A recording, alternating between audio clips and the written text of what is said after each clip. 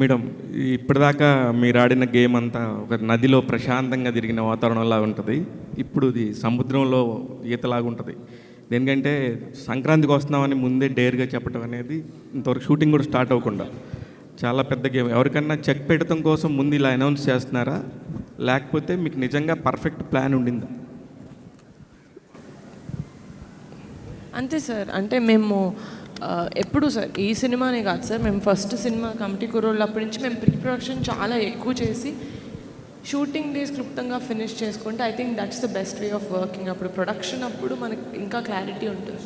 ఈ సినిమా కూడా మేము చాలా మంత్స్ నుంచి ఐ మీన్ వరుణ్ గారు కొన్ని మంత్స్ బ్యాక్ వచ్చారు, కానీ వంశీ గారు మోర్ దెన్ ఇయర్ నుంచి we been working on this. So అది ప్లానింగ్ పర్ఫెక్ట్గా జరిగింది కాబట్టి మేము షూట్ డేస్ తక్కువ. సో యాక్చువల్గా చూసుకుంటే మాకు చాలా టైం ఉంది సంక్రాంతి వరకు. యాక్చువల్లీ రాఖీ పండగకి సిస్టర్కి గిఫ్ట్ ఇస్తానంటారు.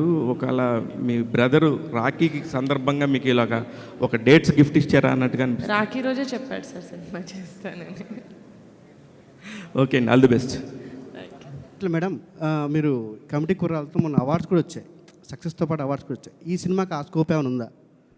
మళ్ళీ నెక్స్ట్ గద్దర్ అవార్డ్స్లో మళ్ళీ ఏమైనా మీరు?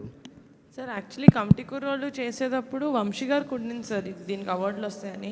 నేను ప్యూర్గా కథ కోసం చేశాను సార్. 100% ఎఫర్ట్ పెట్టి చేయాలి. దాని తర్వాత ఏమైనా అది కథ తీసుకొస్తుంది. అవార్డుల కోసం నేను సినిమాలు చేయను సార్. సినిమా కోసం చేస్తాను. దాని తర్వాత అవార్డులు వస్తే చాలా హ్యాపీ. అంటే ఆ స్కోప్ ఉందని అడుగుతున్నాను. ఈ సబ్జెక్ట్లో ఏమన్నా? డెఫినెట్గా సార్, నేను చేసే ప్రతి సినిమాకి స్కోప్ ఉంటుంది. చెప్పండి, నెట్ కిందకి పెట్టక్కర్లేదు. ఇప్పటివరకు ఏదన్నా అకేషన్స్ వచ్చినప్పుడు ఒక అంటే సిస్టర్గా తనకి మీరు గిఫ్ట్లు ఇవ్వటం అలా ఆనవాయితీ జనరల్గా ఏ పండగకైనా. బట్ ఇప్పుడు తను ప్రొడ్యూసర్, మీరు హీరో, ఏంటి తను ఇప్పుడు మీకు రెమ్యునేషన్ ఇవ్వాలి? ఆల్రెడీ కొంచెం తీసుకున్నాను. బట్ తన సక్సెస్, తను ఎలాంటి సినిమాలు తీసుకుంటుంది, తన సెన్సిబిలిటీస్ అన్నిటి మీద నాకు చాలా చాలా ఒక రెస్పెక్ట్ ఉంది నాకు. తను ఎలాంటి సినిమాలు తీయాలనుకుంటుంది, ఎంతమందికి ఆపర్చునిటీ ఇవ్వాలి, ఒక టాలెంట్ని గుర్తించి పట్టుకోవడం కూడా చాలా పెద్ద టాలెంట్. ఆ విధంగా మా చెల్లికి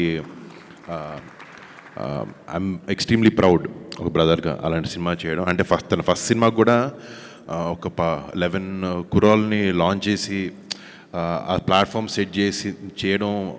చాలామంది ప్రొడ్యూసర్లు ముందుకు రాకపోవచ్చు, బట్ ఒక కొత్త సినిమా తీయాలి, ఒక మంచి సినిమా తీయాలన్న ప్యాషన్ అన్నిటితో పాటు కొంచెం నిజంగా చాలా గట్స్ కూడా ఉన్నాయి తనకి.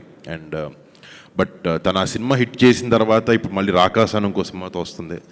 అండ్ కానీ ఇప్పుడు దాకా మా చెల్లిని నాతో సినిమా చేయని అడగలేదు, తను కూడా అన్న నాతో సినిమా చేయని అడగలే. బట్ ఈ స్క్రిప్ట్ అలా వచ్చి మా మధ్యన పడి ఇట్లా ఈ కాంబినేషన్ని సెట్ చేసేలా చేసింది.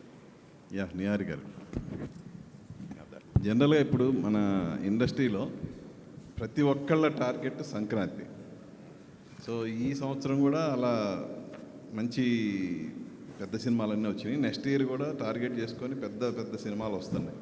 సో వాటి మధ్యలో మీరు బరిలో దిగడానికి ఏంటి రీజన్? స్పెషల్ రీజన్ ఏమైనా ఉందా?